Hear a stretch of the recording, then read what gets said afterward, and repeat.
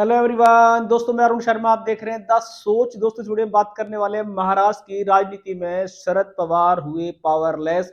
जिस शरद पवार को महाराष्ट्र की राजनीति में सबसे बड़ा चेहरा माना जाता था, पर देखा जाए तो मोदी के सामने और मोदी एनडीए सरकार के सामने शरद पवार की सारी शक्ति खराब हो गई और जिस तरीके से उनकी बुरी हालत हुई है। महाराष्ट्र में बीजेपी ने प्रचंड जीत हासिल की। दोस्तों, अगर आप चैनल पहली बार हैं, जुड़ सकते हैं, सारी वीडियो को देख लें। दोस्तों, बात करते हैं शरद पवार के बारे में, जो महाराष्ट्र की राजनीति में सबसे बड़ा चेहरा थे और जिसके चलते उन्होंने इंडिया गठबंधन की नींव रखी और मोदी सरकार को जड़ से उखाड़ फेंकने के लंबे लंबे दावे भरे थे। और जिस तरीके से इंडिया गठबंधन को लेके चुनावी सटीक पोल दोबारा से फेल होते नजर आ रहे हैं। उन्होंने कहा था कि महा विकास अघाड़ी इस बार बीजेपी को टक्कर दे सकती है, पर सारे धराशायी हुए।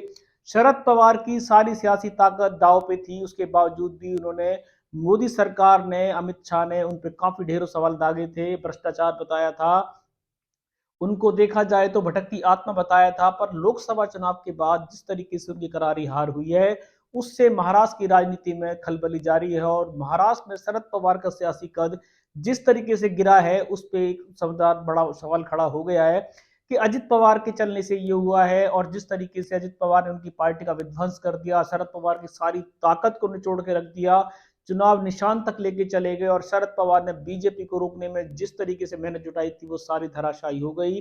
अब शरद पवार पे बीजेपी ने हमले बोल दिए। उन्होंने पहले ही कहा था कि शरद पवार के बस की कुछ नहीं है, वो भटकती आत्मा है और जिस तरीके से वो भटक रहे हो भटकते रहेंगे। महाराष्ट्र की राजनीति में शरद पवार को जनता ने दुखला दिया है और जिस तरीके से महाराष्ट्र की राजनीति में बीजेपी ने कम बैक किया है, ये अपने आप में काबिल तारीफ है। बीजेपी के पास लाख मुद्दे थे जिनको बनाने में वो कामयाब नहीं हो पा रही थी। अजित पवार और शिंदे ने और देवेंद्र फडणवीस ने जो चुनावी जुमले चले थे, रेवड़ियां बांटने की कोशिश की गई थी, उन पे जनता धराशायी हुई और बीजेपी ने दोबारा से सत्ता को पाने में जोड़ तोड़ की जरूरत नहीं पड़ी और वो इंडिया गठबंधन को इतनी बुरी तरीके से पछाड़ा है कि शायद इंडिया गठबंधन ने इसकी आसें न लगाई होंगी। और आज भी इंडिया गठबंधन का एक ही सहारा है कि ईवीएम में दोष है।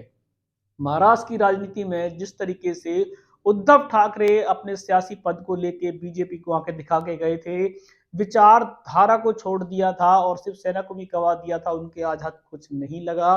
वो तो डूबे, शरद पवार भी डूबे और कांग्रेस तो ऑलरेडी डूबा जहाज कह ही जा रही थी।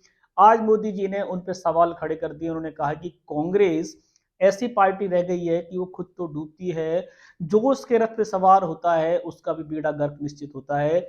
इसके चलते महाराष्ट्र में इंडिया गठबंधन की हार को किस तरीके से सुलझाया जाए, काफी मंथन हो रहे हैं।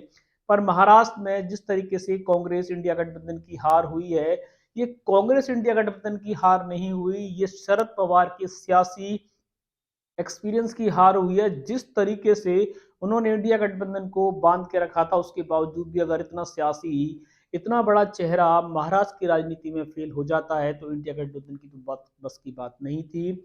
शरद पवार के सारे सियासी दाव उल्टे पड़ गए और बीजेपी मोदी की सेना शरद पवार के सारे दावों को रौंदते हुए महाराष्ट्र की प्रचंड जीत की ओर आगे बढ़ चुकी है।